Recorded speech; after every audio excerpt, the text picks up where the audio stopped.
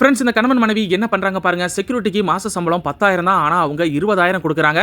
அந்த பணத்தை அவரு திருப்பி தராரா இல்லையான்னு பாக்குறதுக்காக போயிட்டு கார் பின்னாடி ஒளிஞ்சுக்கிறாங்க. அந்த செக்யூரிட்டியும் பணத்தை எண்ணி பாக்குறாரு. இதை பார்த்து அந்த முதலாளியமா, பாத்தீங்களா நான் அப்பயே சொன்னால இவன் சரியில்லைன்னு, ஆனா நீங்க தான் கேட்க மாட்டேங்கிறீங்கன்னு சொல்லிட்டு இருக்க நேரத்துல அவர் 20,000 பணம் இருக்கு, என்ன பண்றதுன்னு தெரியாம அப்படியே முழிக்கிறாரு. உடனே தன்னோட பையனுக்கு கால் பண்ணி, முதலாளி மறந்து போய் சம்பளம் 10,000 கொடுக்கறதுக்கு 20,000 கொடுத்துட்டாரு, என்ன பண்றதுன்னு கேட்கும்போது, ஒழுங்கா அந்த பணத்தை எடுத்துட்டு வந்து, பணக்காரங்க இதெல்லாம் நாம வச்சுக்க மாட்டாங்க, நான் சொன்னதை மட்டும் செய்யுன்னு சொல்லிட்டு போனை கட் பண்ணிடுறாரு. இந்த பொண்ணு பாத்தீங்களா இவர் நேர்மையானவர் கிடையாதுன்னு நான் சொன்னா நீங்க தான் கேட்கலன்னு சொன்னதுக்கு அப்புறமா அவர் திருப்பி உள்ள போறாரு. செக்யூரிட்டி ஏன் பதட்டமா இருக்கீங்கன்னு கேட்கும்போது அவர் உடனே பையில இருந்த பணத்தை எடுத்து, நீங்க 10,000 சம்பளம் கொடுக்கிறது பதிலா 20,000 கொடுத்துட்டீங்க, இந்தாங்கன்னு 10,000 திருப்பி கொடுக்குறாரு. இதை நீங்க முதல்ல என்கிட்ட கொடுத்துருக்கலாமா, இல்ல கால் பண்ணி 10,000 எக்ஸ்ட்ரா கொடுத்துருக்குன்னு சொல்லியிருக்கலாமே, ஏன் இப்போ வந்து சொல்றீங்கன்னு கேட்கும்போது, முதல்ல இந்த பணத்தை நான் எடுத்துக்கலான்னு தான் பார்த்தேன், ஆனா நீங்க எனக்கு செஞ்ச உதவி செய்யற வேலையில நேர்மையா இருக்கணுங்கிற எண்ணம் என்ன தடுத்து நிப்பாட்டிடுச்சுன்னு சொல்றாரு.